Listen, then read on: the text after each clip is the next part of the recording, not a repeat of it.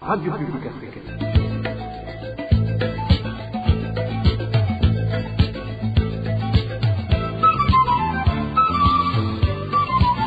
Radio Publique Africaine.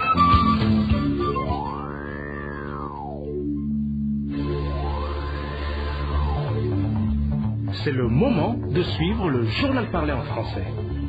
À la présentation, Daniel Claire, il la trouve. Nous sommes mercredi 27 mai 2026. Bonsoir mesdames et messieurs. Bienvenue à ce journal dont voici d'abord les principaux titres. À l'occasion d'Eid al-Adha, le président Évariste Ndayishimiye promet des facilités administratives aux musulmanes burundaises. La diaspora burundaise de Belgique dénonce des propos jugés inquiétants et appelle au calme ainsi qu'à la solidarité. Et enfin, nous allons vous faire entendre dans ce journal, dans l'émission Au cœur de la société, le renvoi des demandeurs d'asile burundais dont les demandes ont été rejetées par la Suisse continue de susciter inquiétude et critiques. C'est tout pour le sommaire. Dans quelques poussières de secondes, le développement de ces titres.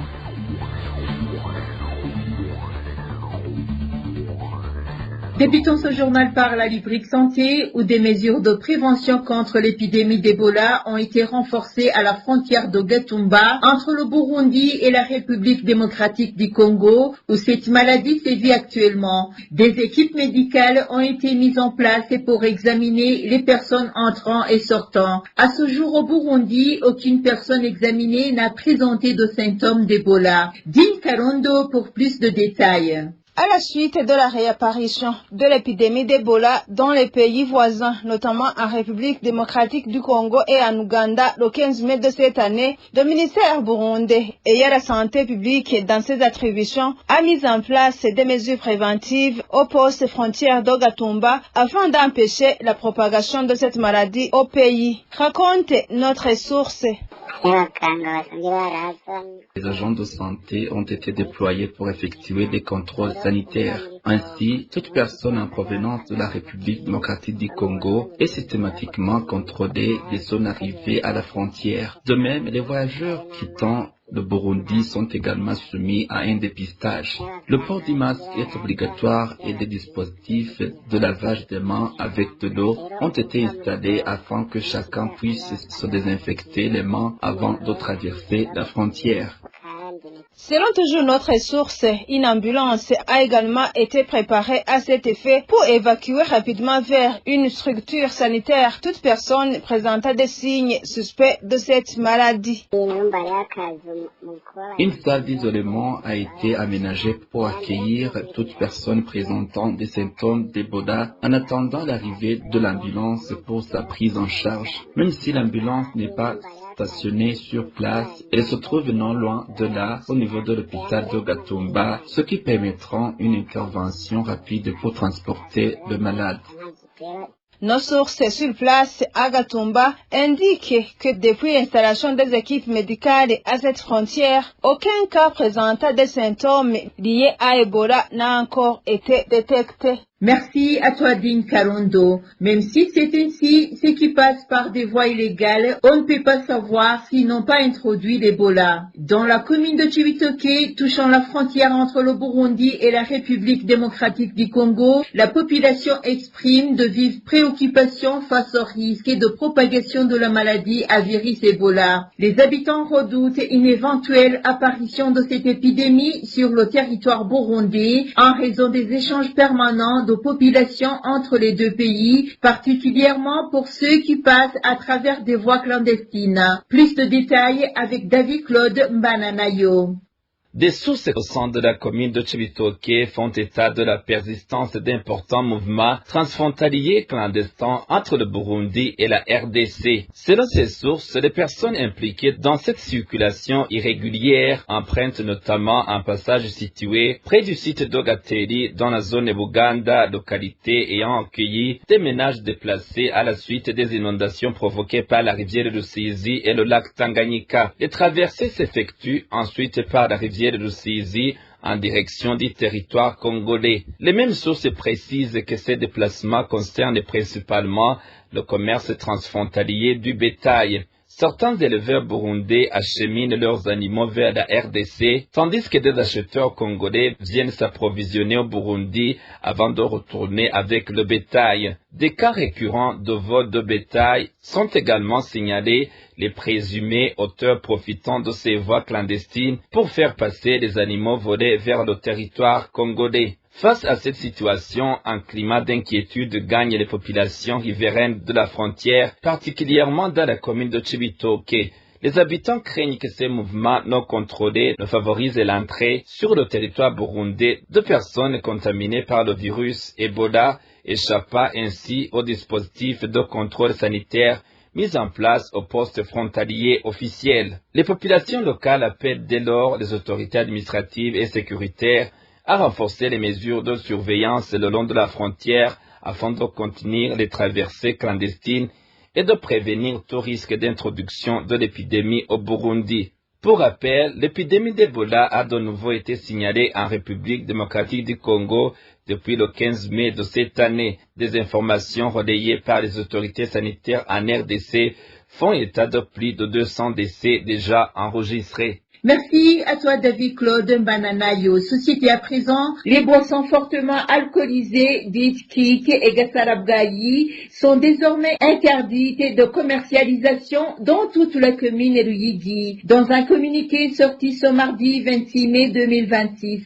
Diane Nivitanga, administrateur de Ruyigi, fait savoir que cette mesure a été prise dans le but de préserver la vie de ses administrés. Les commerçants et tenanciers de la place ont été sommés de vider leur stock dans un délai ne dépassant pas une semaine. Comme je vous le disais en titre, en cette date du 27 mai, la communauté islamique du monde a célébré la fête du sacrifice Eid al-Adha en arabe. Le président Évariste Ndayishimiye a pu participer dans cette cérémonie en mairie de Bujumbura. Il a promis aux musulmans qui étaient sur place que les femmes et les filles de cette communauté vont bientôt être facilitées à l'obtention des documents de voyage sans toutefois violer leur doctrine. Le président Évariste Ndayishimiye a ainsi indiqué que les gens ne doivent pas compter sur l'État car État est ce eux-mêmes. Suivez Évariste Ndayishimiye, le président de la République du Burundi.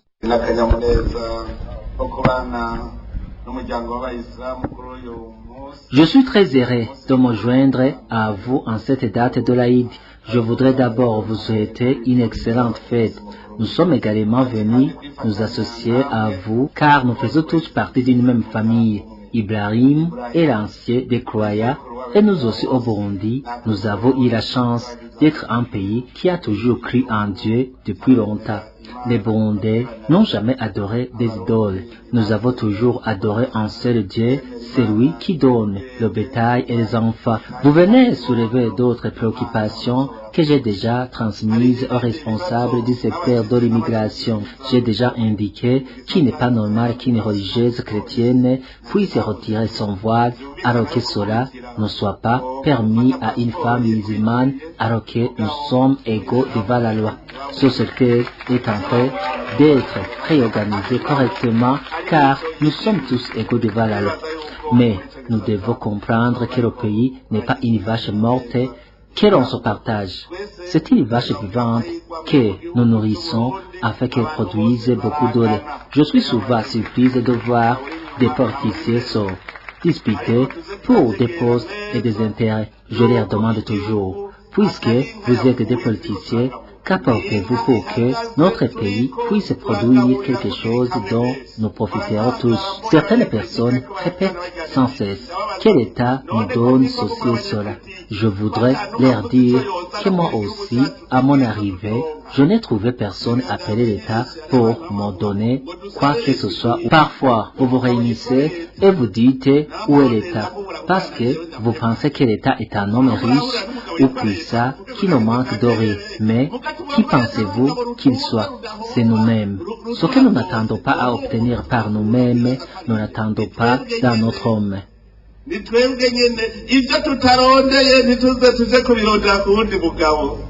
Dans la rubrique politique, le parti CDP rejette les informations disant que les 5 partis politiques de l'opposition seraient en train de demander qu'il y ait une bonne organisation des élections paisibles et crédibles dans le but d'avoir des postes ou de l'argent pour pouvoir participer dans les élections présidentielles de 2027. Anissé Nyonguru, président du parti CDP, l'a déclaré lors de l'émission Ijambo Nigwawe de la radio RPA de dimanche dernier, tout en précisant que les 5 partis politiques de l'opposition n'ont d'autre objectif que celui de promouvoir la démocratie dans le pays. Je vous propose de l'écouter.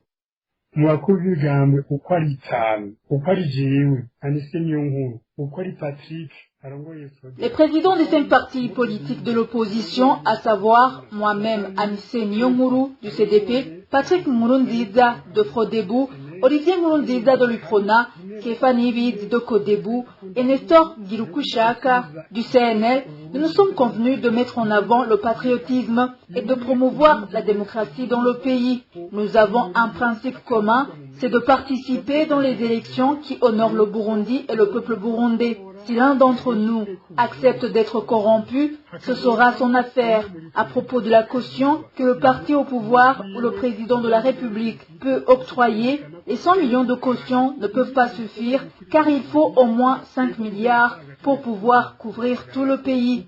C'est pourquoi nous ne nous sommes pas focalisés sur la caution exigée pour participer aux élections, car pour organiser de bonnes élections et parcourir tout le pays, il faut plusieurs milliards. Alors, dire que nous avons reçu de l'argent des bailleurs et chercher des postes, c'est faux. Nous ne sommes pas des mendiants des postes et nous n'allons pas devenir des accompagnateurs du parti au pouvoir.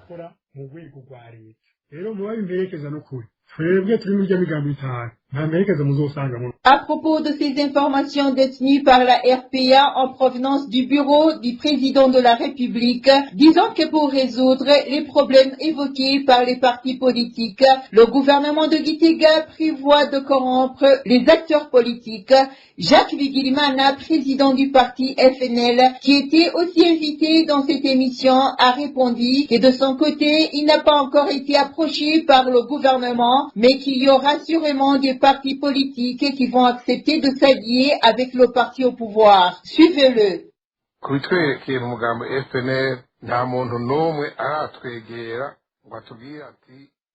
En ce qui nous concerne au sein du parti FNL, personne ne nous a approchés pour nous demander de collaborer dans ceci ou cela. Vous pouvez même demander aux autres membres du parti. Autre chose, c'est que nous n'avons pas encore décidé de participer ou non dans les élections et cela doit passer à travers un congrès qui n'a pas encore été préparé. Ce que je sais, c'est qu'il y a des personnes qui vont présenter leur candidature dans les élections, qu'on leur donne de l'argent ou pas. Cela va dépendre des objectifs des partis politiques. Ceux de l'opposition disent que le CNDD-FDD doit quitter le pouvoir, tandis que d'autres partis restent des alliés du CNDD-FDD et sont pour le maintien au pouvoir de ce parti. Alors s'il y a ceux qui peuvent accepter la corruption, ils seront en effet corrompus.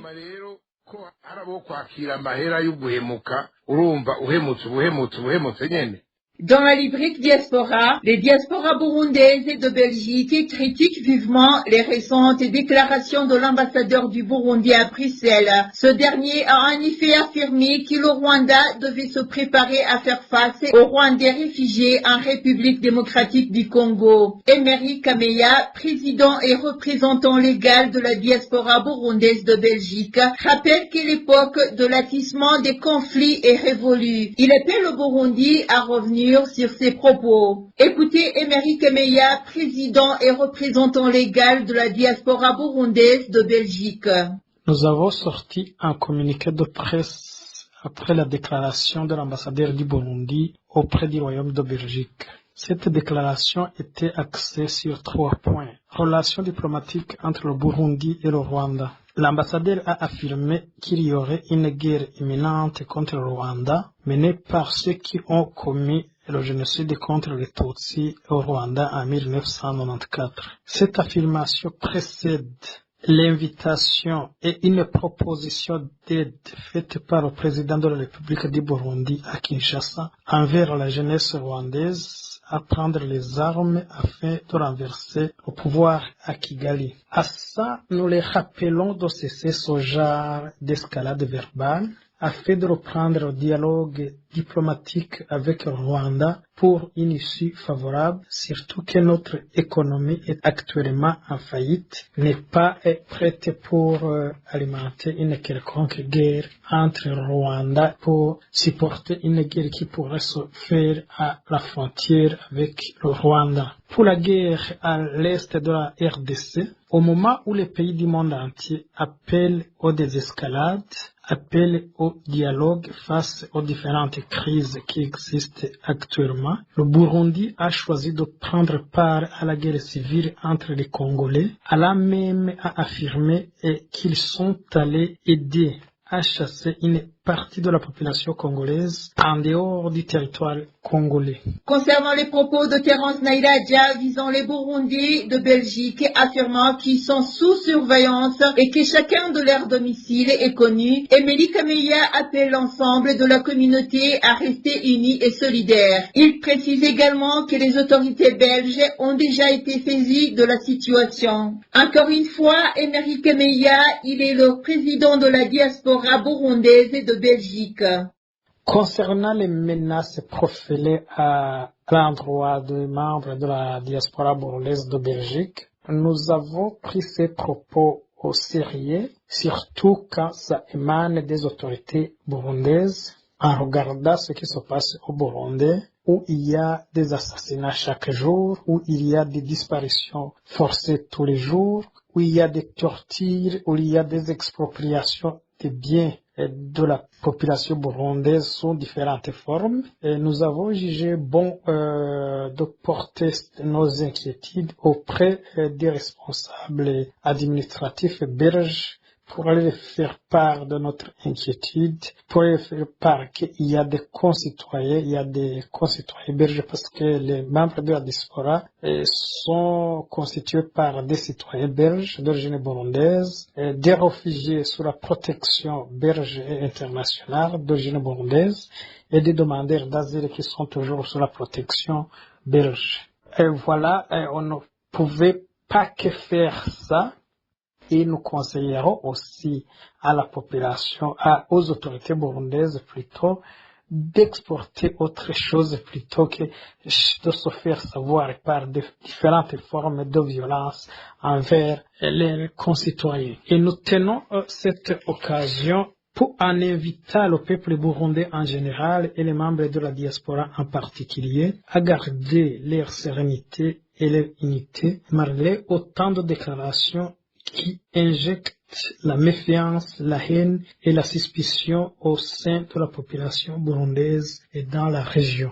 Pour ce qui est de l'économie à la Sosumo, le service de maintenance des équipements agricoles MEA de l'usine de fabrication du sucre Sosumo est un autre organe mal en point.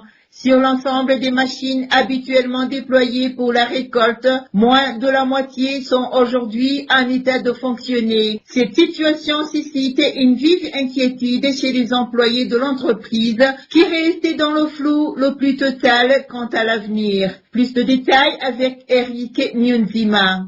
La maintenance des équipements agricoles MEA est une branche de l'unité technique et logistique de la Sosumo. Il est au cœur des opérateurs agricoles et industriels et nécessite une maintenance constante.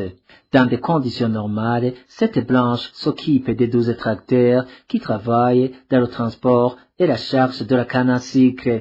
Aujourd'hui, ces éléments pourraient être fonctionnels.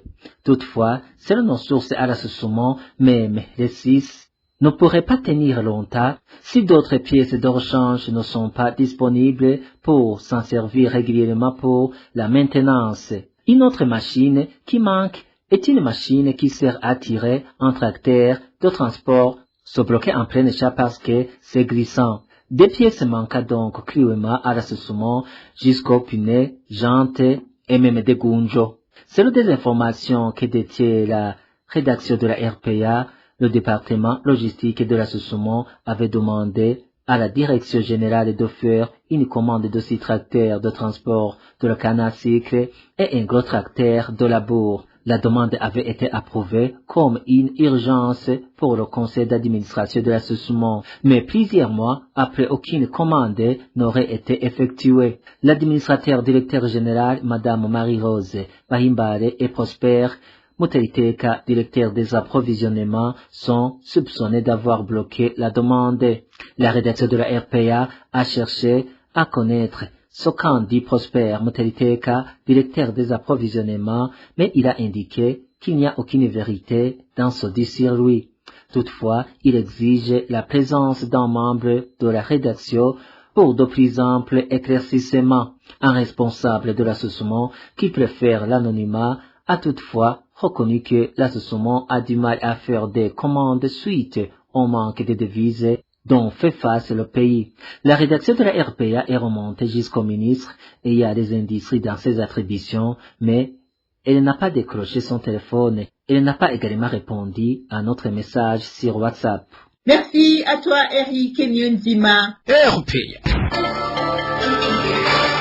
C'est le moment de suivre le mini-magazine au cœur de la société. Celui d'aujourd'hui revient sur le renvoi vers le Burundi des Burundais, demandeurs d'asile en Suisse, dont les demandes ont été rejetées. Ces décisions de les renvoyer continuent de susciter des critiques de la part de plusieurs acteurs, notamment des défenseurs des droits humains, qui demandent sa suspension, afin que la question soit examinée de manière approfondie. Au cœur de la société vous est présenté par Éloge Duvin Remécha. Au cœur de la société. Au cœur de la société est une émission préparée en synergie par les radios Inzamba Agatika Kawe, Radio RPA Ijuya Nyagihugu, ainsi que la radio-télévision Renaissance. Le renvoi vers le Burundi des Burundais demandeurs d'asile en Suisse, dont les demandes ont été rejetées, continue de susciter des contestations de la part de différents observateurs. Outre les Burundais directement concernés par cette mesure et qui vivent dans l'angoisse, des organisations de défense des droits humains, tant burundaises qu'internationales, estiment que ce renvoi ne devrait pas avoir lieu, arguant que leur sécurité pourrait être menacée une fois de retour au Burundi. Dans le mini-magazine au cœur de la société de ce 27 mai 2026, vous allez entendre les explications des défenseurs des droits humains sur les raisons pour lesquelles cette décision ne devrait pas être appliquée. Au micro, vous êtes avec Éloge Divin Remécha. Je vous souhaite la bienvenue. Depuis quelque temps, la Suisse procède au renvoi vers le Burundi de Burundais qui y avaient demandé l'asile. Parmi ces personnes renvoyées figurent certains qui avaient fui le pays pour des raisons de sécurité. Le renvoi au Burundi de ces demandeurs d'asile inquiète fortement les organisations de défense des droits humains. Ces organisations affirment que des avions en provenance de la Suisse ont déjà rapatrié vers le Burundi plusieurs Burundais, alors que les défenseurs des droits humains n'ont cessé de dénoncer une décision qu'ils jugent contraire aux lois et conventions internationales. Actuellement, ces rapatriements suscitent également l'inquiétude au sein des familles des personnes concernées. Les précisions avec notre confrère Bertrand Guedakuriyo. Selon plusieurs organisations de défense des droits humains, des opérations de renvoi ont été organisées ces dernières semaines, notamment via des vols spéciaux. Ces structures évoquent au total plusieurs dizaines de personnes renvoyées entre 2024 et 2026, dont au moins une quinzaine lors d'une seule opération récente. Les personnes concernées sont pour la plupart des jeunes ayant quitté le Burundi depuis plusieurs mois ou plusieurs années. Beaucoup avaient emprunté des routes migratoires, passant notamment par la Serbie dans l'espoir d'atteindre l'Europe et d'y construire une nouvelle vie. D'après des témoignages recueillis, ces jeunes sont aujourd'hui de retour dans différents quartiers de la capitale économique. Le retour est souvent vécu comme un choc, aussi bien pour eux que pour leurs familles qui comptaient sur leur départ pour améliorer les conditions de vie du foyer. Par ailleurs, certains témoignages évoquent un climat d'inquiétude à l'approche des prochaines échéances électorales prévues l'année prochaine. Du côté des organisations de défense des droits humains, ils affirment que plusieurs personnes renvoyées auraient connu des difficultés à leur retour sans que des détails précis ne puissent être rendus publics pour des raisons de sécurité. Pour ces organisations, la position est claire, ces renvois sont risqués et contraires au principe de protection des personnes vulnérables. Et se basant sur la situation actuelle des droits humains au Burundi, le rapporteur spécial des Nations Unies sur les droits humains au Burundi estime qu'aucune raison ne justifie l'expulsion des Burundais demandeurs d'asile par la Suisse. Il a déclaré ce mercredi lors d'une conférence de presse organisée par des organisations chrétiennes de défense des droits humains qui ont insisté sur la nécessité pour la Suisse de suspendre les expulsions des Burundais demandeurs d'asile. Gaëtan Zongo, qui était l'un des intervenants à cette conférence, a expliqué que depuis 2015 jusqu'à aujourd'hui, rien n'a tellement changé, affirmant que le pouvoir continue de réprimer progressivement les opposants. Au niveau des services formels d'abord, le service national de renseignement s'intéresse à toute personne revenant après un séjour prolongé à l'étranger, en particulier si ce séjour a donné lieu à une procédure d'asile. Au niveau communautaire ensuite, les fameux Imbonerakure. Cette jeunesse armée du parti au pouvoir exerce une surveillance de proximité et collabore régulièrement avec les forces de sécurité locales. Dès son retour dans son quartier, dans son village, la personne est identifiée et questionnée. Pourquoi vous avez quitté le Burundi? Qu'avez-vous déclaré à l'étranger sur votre pays? Avec qui étiez-vous en contact dans la diaspora? Ces interrogations s'inscrivent dans une logique de contrôle politique. Ils peuvent conduire à des intimidations, des convocations arbitraires, des arrestations ou des disparitions. Un autre point que je voudrais souligner, ce sont les risques différés, pas seulement les risques immédiats. Les autorités suisses accordent parfois du crédit à l'absence d'incidents signalés dès l'arrivée dans le pays. Cette donnée est insuffisante pour évaluer la sécurité d'un retour. Les risques ne se manifestent pas nécessairement à l'aéroport de Bujumbura. Ils peuvent apparaître plusieurs mois après le retour lorsque la personne reprend son milieu de vie habituel. L'absence de problèmes immédiats ne constitue pas une preuve de l'absence de danger. Par ailleurs, le silence des personnes renvoyées ne doit jamais être interprété comme un signe d'absence de difficulté. Dans le contexte burundais, se taire est une stratégie de survie. Je dis bien une stratégie de survie. Toute déclaration publique concernant les difficultés rencontrées après un retour forcé aggrave l'exposition de la personne et de sa famille. Le rapporteur spécial des Nations Unies sur les droits humains au Burundi estime également que la Suisse devrait prendre le temps de vérifier en profondeur le dossier de chaque demandeur d'asile avant de prendre une décision. Pour Gaëtan Zongo, le simple fait d'être expulsé de Suisse et renvoyé au Burundi peut être considéré comme un motif de persécution. Certaines personnes risquent d'être accusées par les autorités d'avoir collaboré avec des opposants au régime. De tout ce que je viens de dire, je dirais que les obligations internationales en ce qui concerne la Suisse imposent qu'on vérifie d'abord dans un premier point les sources actualisées et fiables et non une perception générale de la situation. Chaque dossier doit être individualisé, tenant compte du profil complet de la personne, y compris le fait d'avoir demandé l'asile et le contenu de ses déclarations dans la procédure. Cette obligation impose également de vérifier de manière attentive et pas différée, attentive aux risques différés, pas seulement aux dangers immédiats à l'arrivée, comme je l'ai souligné un peu plus haut. Et aussi, impose aussi de vérifier dans chaque cas individuel de son évaluation toute interprétation abusive des retours depuis des pays tiers. Cela est d'autant vrai qu'on a tendance à dire que il y a des réfugiés qui reviennent de Tanzanie et tout se passe bien.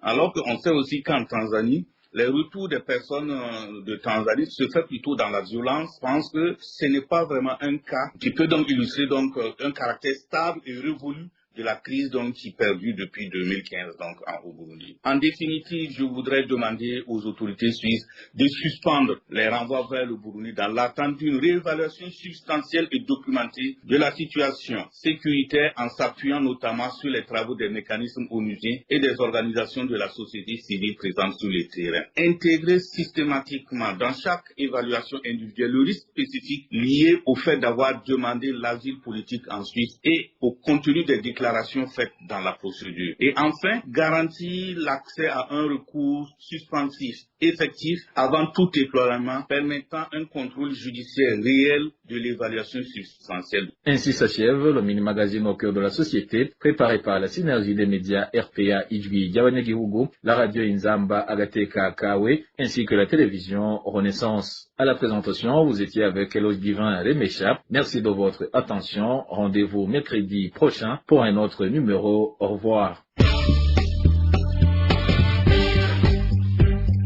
C'était l'émission Au cœur de la société.